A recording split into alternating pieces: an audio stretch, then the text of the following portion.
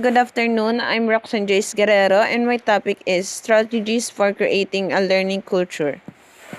There are 8 steps required to create a learning culture as proposed by Reynolds 2004. Number 1 is develop and shape the vision. It means that you must believe in the desired and emerging the future. Number 2 is empower employees. It provides the supported autonomy, freedom for employees to manage their work within certain boundaries, but with support available as required. Number 3 is provide employees with a supportive learning environment where supportive policies and systems and protected time for learning. Number 4 is use coaching techniques to draw out the talents of others by encouraging employees to identify options and seek their own solutions to problems.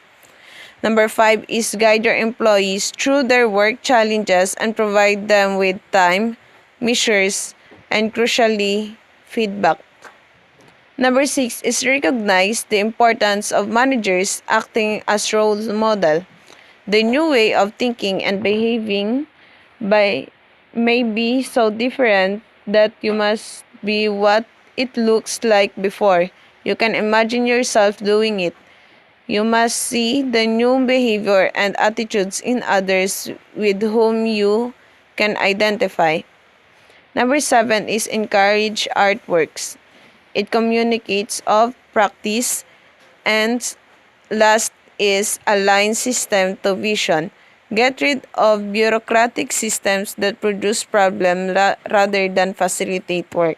Step is described by Reynolds 2004 as the growth medium that will encourage employees to commit a range of positive discretionary behaviors, including learning, and that has the following characteristic: empowerment, not supervision; self-managed learning, not instruction; long-term capacity building, not short-term fixes.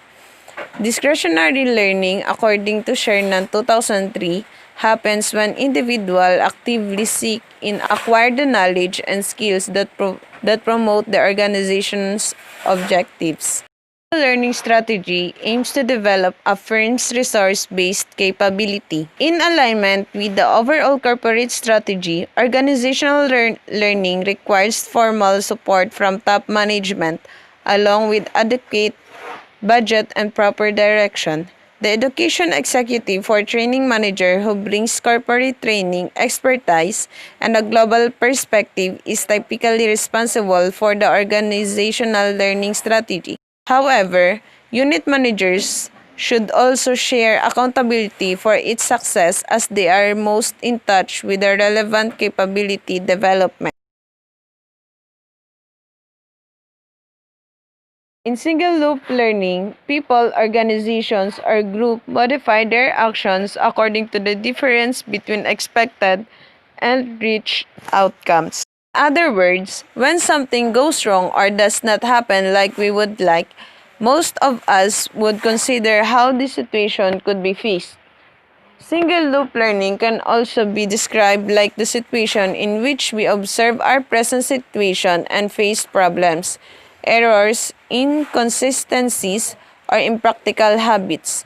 After that, we adapt our own behavior and actions to mitigate and improve the situations accordingly. In double-loop learning organization, it occurs the monitoring process initiates action to redefine the governing variables to meet the new situation. Also, we correct or change the underlying causes behind the problematic action. There could be many different underlying causes. Underlying causes may be, for example, organizational norms, policies, ways to work, or individuals' motive, assumptions, or even informal and ingrained practices which prevent inquiry on these causes.